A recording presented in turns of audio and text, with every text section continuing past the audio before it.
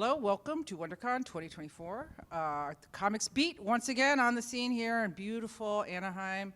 I'm Heidi McDonald. I'm the editor-in-chief of comicsbeat.com.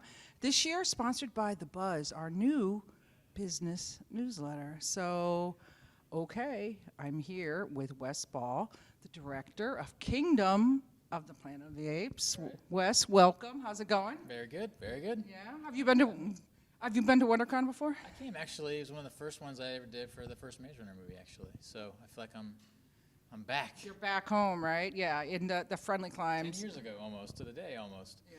Yeah. Was that your first time going to Yeah. a con? Yeah. How was that experience? Yeah, it was good. It was good. I have good memories. It's a blur as usual, but it's cool. Have you been to Hall H? I think so. Oh, a Comic-Con, right? Yeah. Yeah. Comic-Con. I remember one of those. It was massive and a blur too, but yeah. It's fun.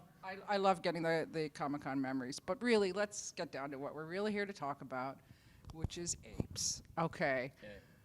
What are you a Planet of the Apes fan from birth, from kindergarten? I mean, when did it begin for you? Yeah, it's strange. I mean, I was born in '80, so I had no business watching the first Planet of the Apes movie. It's from '68, but for whatever reason, it was on heavy rotation in the house, so I pretty much grew up on it, from a fairly young age, watching that movie and just dreaming about that cool world and all the incredible special effects that they did at that time. And yeah, and I actually have a distinct memory of watching Dawn of the Planet of the Apes on the lot, because I had just finished Maze Runner, and they were off at the same time shooting Dawn of the Planet of the Apes. And so the studio invited a bunch of people out to kind of watch, the friends of the studio watch the movie for the first time. I remember watching it and being blown away. It's still my favorite of the three. I remember walking out, it'd be fun to do one of those. Here I am, 10 years later. It's wild. Dreams come true. That's right. Actually, I mean, I'm a lot older than you, so I'm a big Beneath the Planet of the Yeah. Apes fan, right? That's right. Freaky mutant stuff. That's right. We try to find a balance on our movie of both kind of, I like to say, being a sequel and a prequel, and finding a way to be our own thing, our own standalone movie, but still kind of exist in the world of not just the previous trilogy, but all those from '68 on, the TV show included. So there's little things for fans of that old original stuff. There will be plenty of great little nods and Easter eggs and little wink winks, nostalgia plays, I guess, towards some of that stuff, some of that feel. Yeah. Just for those of us who don't know, what is the log line for this outing? Takes place many, many years after the death of Caesar. Spoilers, if anyone hadn't seen the previous movies. And it's about sort of his legacy, what's become of it, and a young character named Noah, who's a very young, naive, idealistic ape who doesn't know anything about the world around him or the history that came before him. And it's about his grand adventure, setting out to rediscover a world that he never knew anything about, and ultimately kind of carve, his place amongst his people, and what usher in basically a new chapter in this great franchise of Apes movies. Sounds like a great an ape on a vision quest, almost. Right. Yeah, very much so. an ape on a vision quest. Yeah, That's on horseback. On horseback with eagles, many apes, crazy wild humans. There's something in there for everybody. Yeah, definitely. Okay, I mean, you've made some, talking about the Maze Runner. You also made the Legend of Zelda, right? Not made. Oh, well, yes, you are in the process of making that. Sorry. Okay, let's be real. Unreal for just a moment. I mean, obviously there's a lot of CGI. Okay.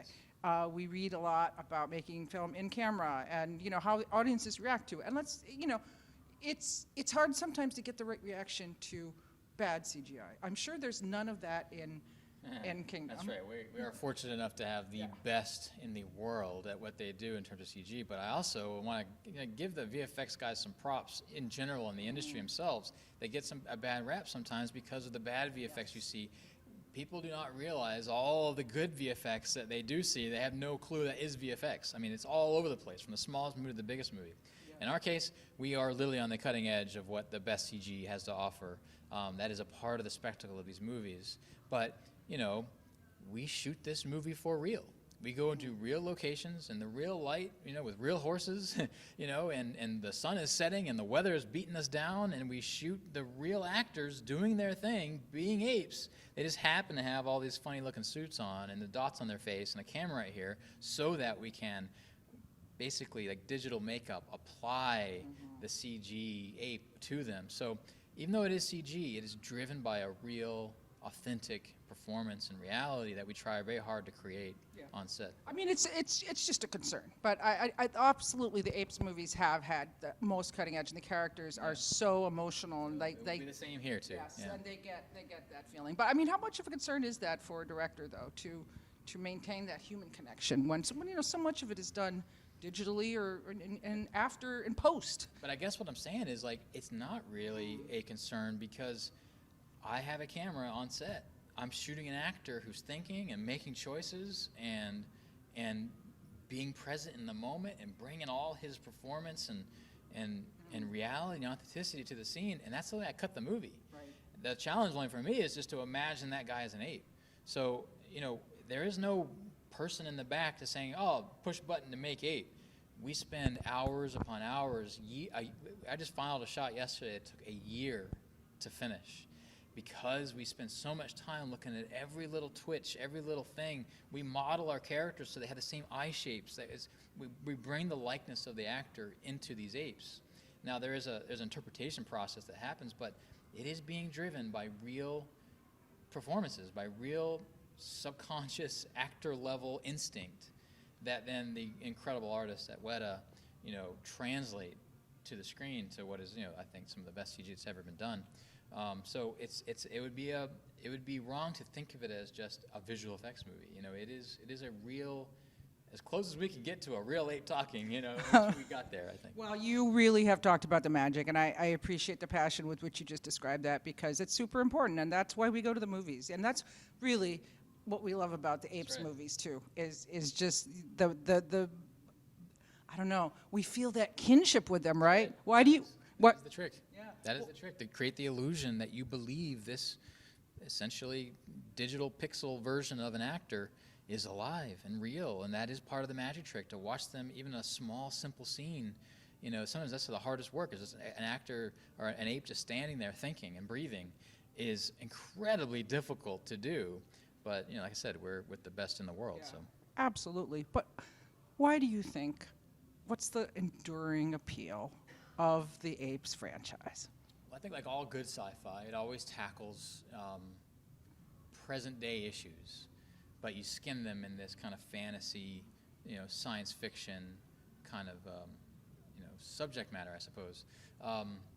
But I think at its heart, really, it's always about human beings. Not necessarily humans as actors, but like there's something about that first 68 movie that allowed us to look at ourselves, being that they were apes. We could look at ourselves in kind of an unbiased way and question things and talk about, and at that time, a kind of a class and racial kind of thing that was going on. And in ours, we have a very conversation about truth and the erosion of truth and power dynamics and, and rediscovery of things, of what it really means to be human, even though they're apes. You know what I mean? Yeah, it really does make us reflect on ourselves, and I think that is one of the keys. It's the best kind of sci-fi, really, is something that makes you think. What was? Is there anything that was like a big problem you overcame on the set that you can talk about? It's just the entire process of making this movie. It is so bizarre, because you are shooting your movie basically with their funny-looking actors with all their kind of technical setup on, and then you clear them out and then you reshoot the movie again without them in it. And so that process of just what it takes to make these movies feel real is really, really difficult. I thought it was going to be hard going in, but I had no idea until now that we're kind of almost on the end of that process, which has been probably close to 5 years when I was first asked, like, what would you do to plan the next Planet of the Apes? I've got a new appreciation for what Matt did, what Steven Spielberg did, what James Cameron has done, and Rupert Wyatt in the first Rise. It's like they were really kind of chartering, heading into new territory with a lot of this stuff, and we get to run because they kind of walked. You know what I mean? Yeah. So yeah, it's quite an experience so far.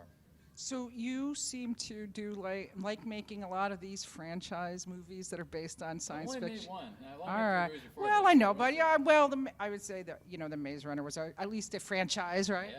Yeah, and Zelda. We created a franchise. We created, yeah, Zelda too. possible. What's that? That's a small thing. I Yeah, think, yeah. Well, yeah, wait.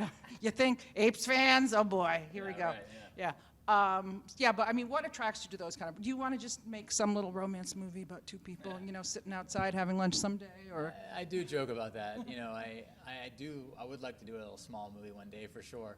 But I am drawn to world creation. I like the escape, going into fantasy worlds and taking an audience into some imaginative place that they can think about, that can exist outside the theater. When I was growing up watching Star Wars or Indiana Jones or Aliens, Terminator, like I could go off and daydream about those worlds and those stories that had nothing to do with the movie I just saw, because it created such a, in our case in particular, I think it's a small story on a giant canvas. You know what I mean? So it allows your imagination to kind of stretch and grow, and you hopefully have a great kind of, a trip into a world that it's been impossible to go to, give people that escape. That's amazing, and I mean, it is wonderful, and we really enjoy going on that journey with you. Just one quick question I got to ask: do you read comics? I mean, we're here at Comic-Con. We're all comics lovers here at Comics Beat. Any comics in your past there, or for your present? Well, I don't know. I guess it counts as a graphic novel, right? Mouse Guard is one of my favorites, which is a project that didn't make it, but maybe who knows? If fans can go out there and put in a good word for us. Maybe we'll get it off the ground again. I was actually going to ask you about that. I'm a huge fan of David Peterson. Fantastic stuff. Yeah, it's great. Such a beautiful book, and you were so close. We were very close, but like I said, what's so amazing about it is that we've designed every set, because we created a new kind of process for that movie, and we built everything in a video game engine. So I still have sitting on a computer somewhere every single set, and even some of the animations that movie existed. So, maybe if Apes does really well, they'll let me make it. Who knows? Are you telling us there's a chance? I don't know. You never know. You never know. I can't say anything, but, I would certainly, if fans want to see it, say it online. All right. Well, you know what? That is a really great message. Mouse Guard Unmade movies, really one of the comic book movies we most wish we had seen of the ones that were unmade. And Wes, I know, thank you for your going as far as you did with that. So, Try. Yeah. But thank you also for Kingdom of the Planet of the Apes. Listen. Maybe that's the next one. You know what? Listen, I was on a friend's 7-inch and album back when they made little records, and he was asking me, what are the names of the Planet of the Apes movies? And I messed it up. And that's the whole background that he sampled. So it's a moment of shame. Yes, there's a long tradition of the names of these movies. It's not Kingdom of the Apes. It's Kingdom of the Planet of the Apes, just like all the other movies before us, guys. Right. It's tradition. Well, the tradition continues with Wes Ball, and thank you so much for stopping by today. Thanks very much.